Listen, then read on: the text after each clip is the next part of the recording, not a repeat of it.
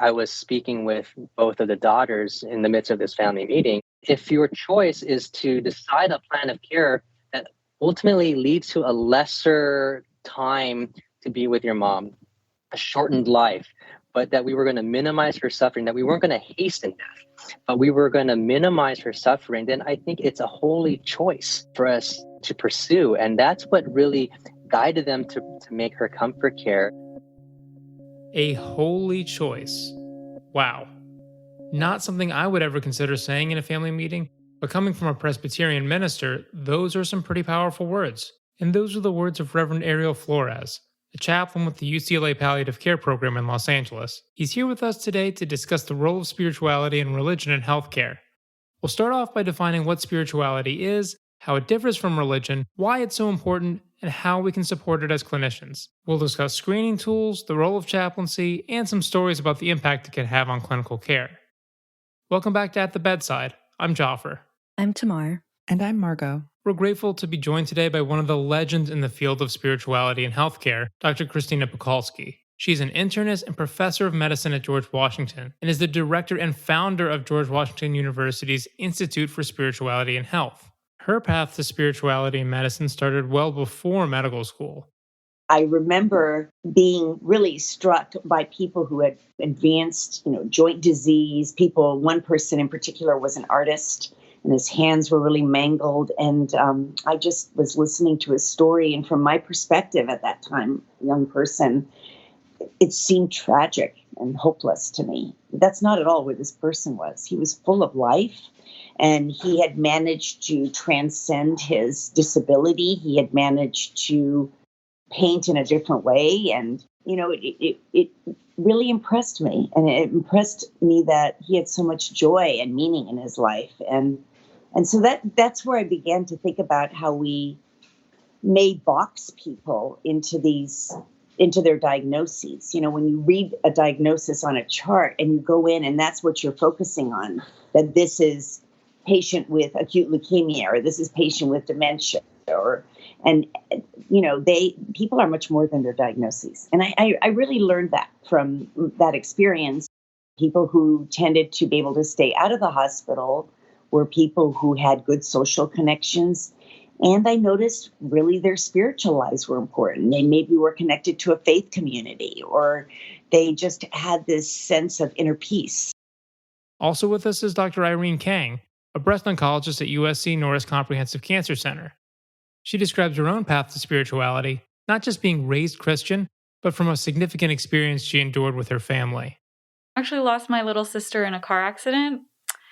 And so totally out of the blue, we talk about different ways of losing people. And it was just one of those sudden. And my brother, who was 12 at the time, was in a coma from the car accident and intubated, sedated in the pediatric ICU up in Oakland. Was not supposed to wake up. All the doctors were telling us he's probably going to be a vegetable at the best. And, pediatrics, you never know. They're neuroplasticity and all that. And so 30 days later, he opened his eyes, and then slowly over the course of weeks to months, he learned to walk again and talk again.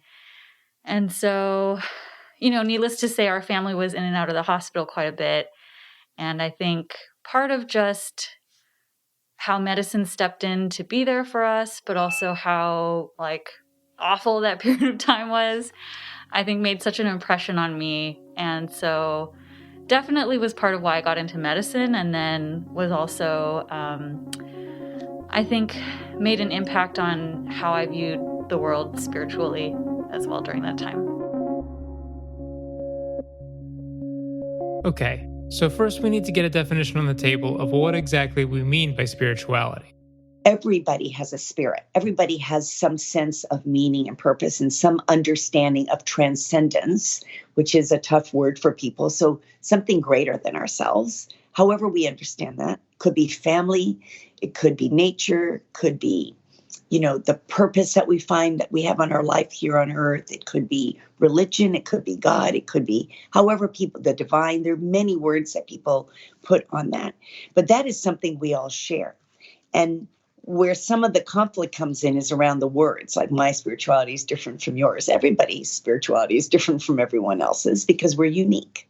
So it's our inner life. It's our deep inner life. So the formal definition, it's how people search for meaning, purpose, and transcendence. That's what spirituality is. It's that search. We're constantly searching and deepening that understanding of what gives us meaning and purpose and what is that transcendence for us. And that's what our patients are going through. So these are things most people can recognize in their lives, even if it's not formally named as such. And this is often where people get hung up on the topic, anchoring spirituality as religiosity, but the two are not identical. There is a distinction between somebody who considers themselves religious and then someone who considers themselves spiritual. Religious is somebody who really expresses their spirituality and their identification with a particular religion, a particular faith practice. For us, spirituality, a lot of times when I meet our patients who wouldn't consider themselves religious, but would consider themselves spiritual, their hobbies of spending time gardening. Maybe it's their volunteer work. Maybe it's the hobbies that they have being part of these classic car rebuild groups. These are just some of the examples of patients that I have come across. They find this deep connection, this inherent meaning that they find by participating in these community groups. It could be relationships, connection, hope, maybe connection to a divine or something that they consider sacred. I would identify as spirituality. So bottom line, don't think that just because someone isn't religious that they aren't spiritual. In fact, growing numbers of people in the United States are identifying as spiritual rather than religious, even as many as 60% in some surveys. Spirituality is a universal trait of humanity, and all of us have some sense of it in our lives, even if it's not channeled into a specific faith practice or tradition. Spirituality addresses some of the most powerful and prevalent human needs that can be threatened by illness in ways that we as clinicians can appreciate. And so with that, I'll hand it over to Tamar to talk about the impact of spirituality on clinical care. So how does a patient's spirituality matter in their care, and how can we as clinicians incorporate it into what we offer to our patients? Dr. Pekoski frames it as a crucial component of taking care of the patient as a whole person. We're really trying to understand what matters most to the patient in terms of their inner life, their spiritual life. And we find out a lot, those questions open up to a lot of different answers. For example, people talk about the importance of family and, they're just dealing with a loss of their family member. I mean, that tells you that that's really an important part, or they have a conflict. This is a person who's loves their family. Now they have a conflict. It's about finding out more about who the person is. Studies have shown that spirituality and religious involvement can be associated with improved ability to cope with illness, and that supporting a patient's spiritual needs can be a factor in facilitating clinical recovery. And many patients are seeking to be supported in this way. In a 2011 survey of over 1,000 inpatients, 41% wanted to speak about their religious or spiritual concerns, but only half of these patients had the chance to discuss them. Asking about a patient's spirituality brings up many sensitive but critical aspects of their personhood.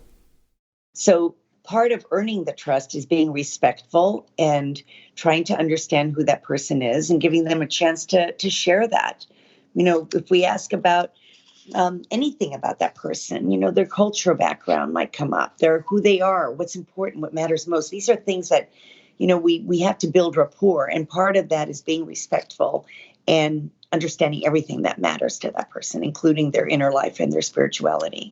And once we recognize it as a large part of the patient's identity, the next step is realizing that health and illness can have a big and painful impact on the spiritual part of a person's life, causing spiritual distress.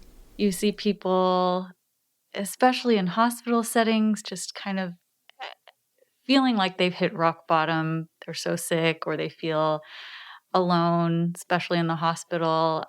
There's a lot of loss of hope. My faith is telling me, that I've done everything. I've done everything right. I've lived a good life, and now I'm really suffering. Why would God do this to me? And that is also a bigger question of why me? I just survived this, or the chemo worked, or whatever treatment worked, and I thought I was doing really well. Why now? Why all of a sudden is it metastatic? And that's a question about the physical disease. But deep down, if you explore it, it's basically why me? Why now? In patients with chronic or life-threatening illness, increased self-reported spiritual distress has been associated with increased severity of physical and psychosocial symptoms. And it also has an effect on end-of-life decision-making. In a multi-site study of over 300 advanced cancer patients, the authors found patients who received high spiritual support from their religious communities were more likely to receive aggressive care at the end of life and to die in the ICU.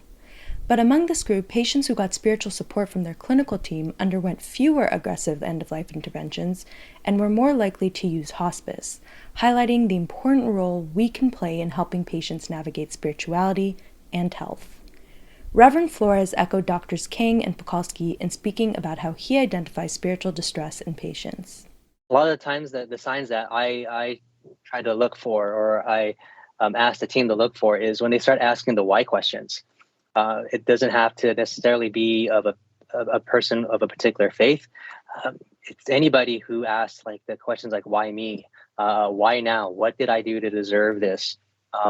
What is the purpose of this? Even those with a particular faith practice who start asking these questions. Sometimes you can hear, can I be forgiven? They start asking, what is the hope that I have in all of this?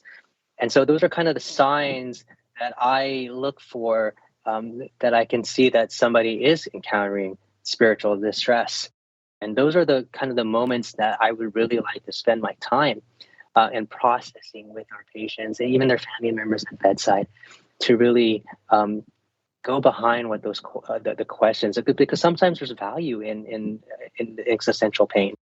So supporting patients' spiritual health is an important way to better understand them, to build rapport, and to support their physical health as well.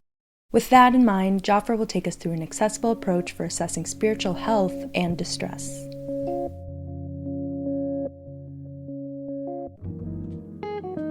Just a quick word from our sponsor, Pattern Life. I am so excited to get the word out about Pattern because one thing I learned the hard way was disability insurance. For me, researching insurance got complicated, time-consuming, and for me, I just got overwhelmed and trusted that my employer had some type of disability insurance, but boy, was I wrong in terms of what those details entailed. Pattern is great because it's actually geared towards clinicians and doctors and has helped thousands of doctors find and understand the insurance they're buying. You just click on the link in the show notes. I did this the other day. It takes 2 minutes to write your info, request quotes to compare them, or schedule a quick 15-minute phone call and buy risk-free.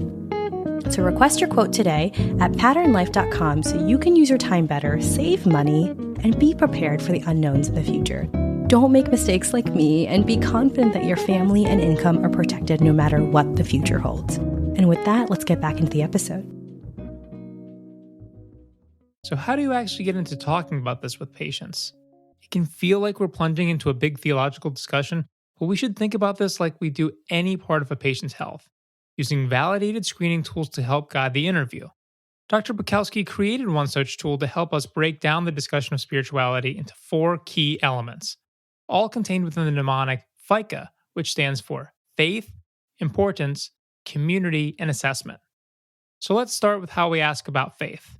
Do you consider yourself spiritual? And I would say that 95% of the time, especially these days, patients understand that. They understand, even if they say, I don't really use that word, or do you mean religious? And then I'll say, well, it can be religion. It can be something non-religious. However you understand that word. Oh, okay, I get it. Well, I believe blah, blah, blah, But some people will just say, no, I'm not spiritual. That's just not a place where, I relate to that. So I always go to that second question within the F, which is meaning. So, what would you say give your life meaning? And that often triggers the sort of that deep meaning within people. And many times people say, oh, well, when you're talking about that, yeah, I guess, I do consider myself spiritual because X, or this is what gives me meaning. Once you get a sense of their beliefs, the next step is to bring it into the clinical situation. And this is where the next letter I in FICA comes in. The I is importance and influence. So it's listening to or asking how important it is in a person's life. And then, does it affect anything about what's going on with them? You want to contextualize it to the visit. So if you're breaking bad news to someone, how is this impacting you right now in the context of what is going on? You're, being treated for cancer, whatever, But if it's a well visit, and I have patients of all ages too, and it's not necessarily only serious and chronic illness, many keep, just asking, is this something that affects the way you care for yourself or your health or decisions you might make around your health? And so people might have answers to that. Knowing what this means on a personal level, we then want to learn what their spirituality means on a more social level. This is the next thing we look at with C. C has to do with community, which is that extrinsic aspect. And I ask about spiritual communities, and it may be church, temple, mosque, etc. It could be like-minded friends. Very often it's family. It might be the yoga group, the hiking group. So again, thinking broadly about that community. Asking about these communities can be a great way to understand some of the critical external supports in a patient's life. I think spiritual communities can be found in a lot of different venues. It doesn't have to be just with the church, but I think especially with a cancer diagnosis, this is one of the things that I love watching for a patient's journey, is seeing their community just galvanize behind them, and people from all parts of their lives rise to the occasion and stand up to help them. And so that can be, oftentimes it's people from their faith community that rise up and help, take care of the kids or help with meals and help bring them to appointments. And these practical ways of what I'll call showing love is such a beautiful thing to see. Finally, we'll take all of what we learned in this conversation into the last part of FICA. And the last is A, which when we first developed this in 1996, it's how would you like me as your clinician or as your doctor, whatever role, to address these issues with you? Would you like me to address them and in what way? But over the years, we've broadened this to assessment and plan. So it's also thinking as the conversation is going on, did you hear anything that sounds like spiritual distress? And you presumably would, explore that a little bit more. So the A is also in the final assessment and treatment plan. If we think about the whole person assessment and treatment plan, you have what's going on physically, emotionally, socially, and spiritually. And that's where you would chart that. And I don't think we practice patient-centered care if we don't include spiritual health in that. Even if you don't have time to dive into the whole FICA history, you might just think of spirituality as one more dimension on your review of systems worth checking on, even if it's just one question. So the full assessment is, let's put that to the side, the specialists, the spiritual care professionals do that. But we're in the realm of screening and also history. So Dr. Marvin Delgado has actually developed one question, and he's done some studying. Do you have pain in the soul? And a lot of patients actually relate to that. I didn't think they would because of the word soul being charged, but pain in the soul or the spirit, and some people even use the word, how is your spirit? So there can be these one item questions that you can ask of a patient. In general, Dr. Delgado has found that that's really helpful, that people might say, yeah, I do have a pain in the soul. And so then he goes to something like the FICA tool to explore that more. So that's a beginning way that with our patients, especially those with serious and chronic illness. There can actually be a lot of other clues around spiritual distress that come out of the history taking. So in the social history, I will ask the FICA tool and learn a little bit more. And say I find out that the person is religious. Then if I explore it more, I know that they're religious. So I might ask, have you ever felt hopeless during this time, or a sense of despair? Or, you've mentioned that you're religious. Have your religious practices helped you now? And if someone says no, actually they don't. So that is another key for me, that should be a definitive chaplain referral. When I started taking in these clues and asking the right questions, I actually started to see a lot of spiritual distress amongst the patients I take care of as an oncologist. And yeah, many of the people who benefit most from these screenings are those with chronic serious illness, people who are trying to make sense of difficult life circumstances. What it shows me is that these patients need more layers of help than I alone can provide. But thankfully, there are resources out there. We only need to know how and who to refer them to.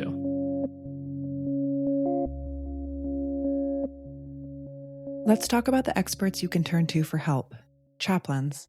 Chaplaincy is the bridge between medicine and ministry. Certified clinical chaplains are people with theological training, pastoral experience, and clinical training. After completing a master's degree at a school of theology, they are ordained by their faith group. They go on to complete about 2 years of clinical pastoral education and internship, and then undergo formal certification with the Healthcare Ministry Association Board.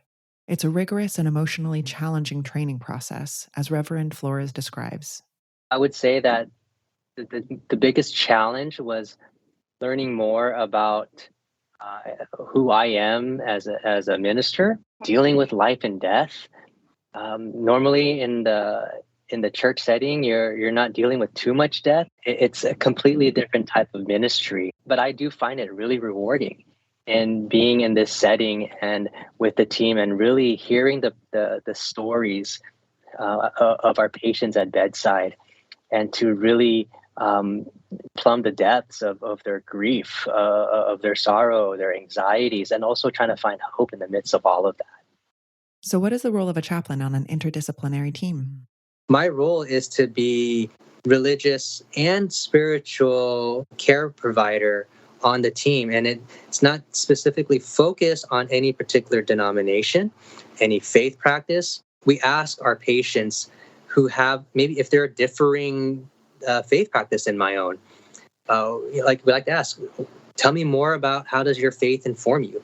How does your faith guide you in these decisions and healthcare decision making? If they're seeking a specific person within their faith practice, we have contacts we coordinate with to get a rabbi to come to bedside, or even our Catholic patients, again, a specific Christian denomination, that they want a priest to perform a specific sacrament that only a priest can conduct. I'm unable to do that, so I want to make sure I can assist our patients in meeting that specific need that they may have. If you're in an inpatient setting, it should be fairly easy to involve a chaplain. Hospitals are required to have chaplains, and you can consult them directly or through the palliative care service. If you're in an outpatient setting, you can reach out to ACPE, the Association for Clinical Pastoral Education. They can point you to chaplains in your community. Dr. Puhalski explains what a chaplaincy referral looks like. When you do the spiritual history and you have a differential, I think this person is really, hopeless right now about their diagnosis, and seems like they have a spiritual practice, but they've stopped doing it. And it's really hard for them to talk about it. They're very upset in the visit and going through a lot of difficult life changes. Now the chaplain takes that information and they interview the patient and they ask, deeper questions. They have a different way of asking questions than we do. So they'll explore more about their faith or their other types of beliefs, listen to their whole story, want to learn more about their family or significant relationships. And they're really trained in contemplative listening. So they're able to let the patient talk for a long time, and they're able to ask these questions to help that person uncover more of their spiritual journey or their spiritual issue. Chaplains can be incredibly helpful for people looking for religious support at the bedside, but can also support people with spiritual distress who don't have a specific religious background. As a spiritual care provider, I always define my role as exploring meaning with our patients. We want to really tackle where are all of these distressing emotions are coming from, these anxieties, these fear, the outrage, as they're concerned with their autonomy, as they're concerned with their suffering. And now we have a lot of patients especially in oncology, who are facing their mortality now. And they're asking those questions. What is beyond this life? What will go on after I pass away? What is it that we can't experience, that they can't find joy in anymore? A lot of our patients who used to be active, and now because of this life-limiting, life-threatening disease, they're unable to engage and enjoy what they formerly did prior to the hospitalization. And so there's this lack of freedom, this lack of independence that they are now tackling. I think one of the best ways to understand the work chaplains do and the influence they can have is to hear about their impact on individual patients and their families. Reverend Flores shared 2 stories that illustrate the work he and his colleagues do on a daily basis. The first story was of a patient who was dying in the ICU. The family was considering transitioning to comfort care, but wanted to make sure that it wouldn't go against their Catholic faith. And so they look over to me and ask me, Chaplain, what is your opinion in Catholic healthcare? The language that's discussed there is that disproportionate and extraordinary treatments can be withdrawn if it's causing more suffering. And in this case, if we were to continue on this plan of care, the patient would be enduring much suffering. And just guiding them to really have them process that their faith would allow them to make that decision of making their mom DNR, to pursue comfort care. Reverend Flores also shared a story of a family that was holding out for a miracle. There was one patient that was in our ICU who was dying with COVID. And she was a very young mom with young children. And her husband, because of his faith practice, was really saying that God is going to heal her. You're going to see that this miracle is going to happen. And the palliative care team was brought in to kind of establish early goals with the husband. Within a few weeks, we knew that her trajectory was not going to be good. And because I had already built rapport with him, I really wanted to discuss more about what is it about miracles, what is it about his faith that's guiding his decision making. And in those one-on-one conversations, he was just really scared of losing his wife and that his children were going to have a Christmas without their mom. And that's what he was really fearing. And he also felt that if he were to think any type of negativity, that it was the enemy who was kind of causing him to doubt. And again, just guiding him really more about his theology, to really engage more with what he was hoping and what he was fearing, and to really affirm that I do hope that you get that miracle. I fear that you won't get it. And that really started connecting with him. And then we had a family meeting with his pastor and several other family members, and to really lay it out that his wife was not going to survive. And I remember speaking with his pastor on this Zoom call, and she really was in favor of, we are playing God. We should allow her to pass away because she is suffering, and that the medical team is not our enemy, and that they're really trying to help us. And I remember speaking with the husband over the Zoom call and saying that maybe this is what the miracle that you were hoping for, is that you, along with your pastor, along with her family and your family, are able to come together and come up with a way to ease her suffering, and that you would be able to all collectively be able to say goodbye to her. And in the next few days, they put her on comfort care, and we were able to have him come to bedside when she passed away.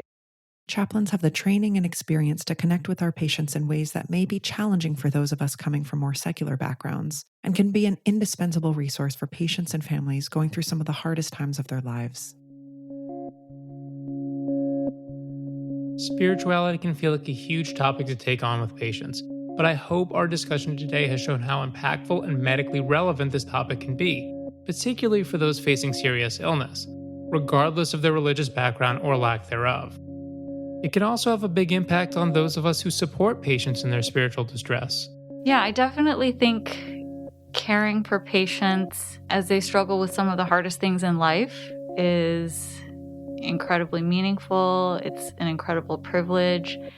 And I think watching people go through that teaches me what's important in life as they're kind of deciding what's important for their life. It's a huge privilege to walk beside them in that. I think getting back to the idea of the act of giving is also simultaneously filling your own cup is very true in how I feel attending to my patients' spiritual needs actually affects my own spiritual needs and spiritual health.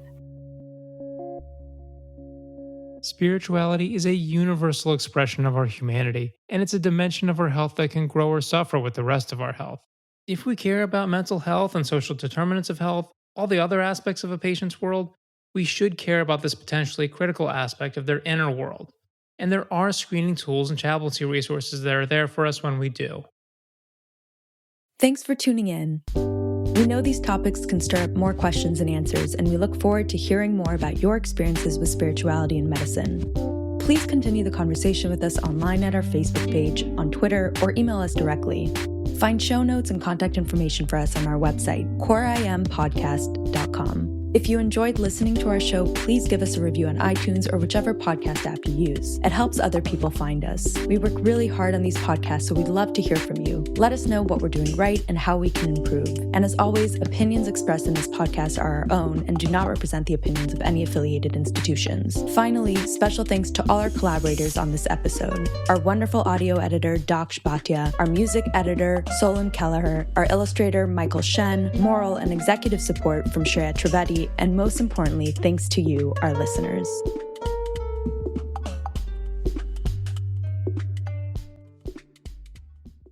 Support for this podcast and the following message come from CoreIM. CoreIM provides wealth management services centered around you. They focus on exceeding your expectations and simplifying your life. CoreIM has been helping high achievers just like you enjoy their lives more fully, preserve their wealth, and provide for the people, causes, and communities they care about. As one of the largest integrated fee-only registered investment advisors in the U.S., CoreIM has deeply experienced teams in 23 strategic locations. CoreIM has extensive knowledge spanning the full spectrum of planning, investing, lending, and money management disciplines. Leverage CoreIM's exclusive network of experts to craft custom solutions designed to help you reach your financial goals, no matter how complex they may be. Real wealth requires real solutions. For more information, connect with a wealth advisor today at CoreIM.com. That's CoreIENT.com. CoreIM.com.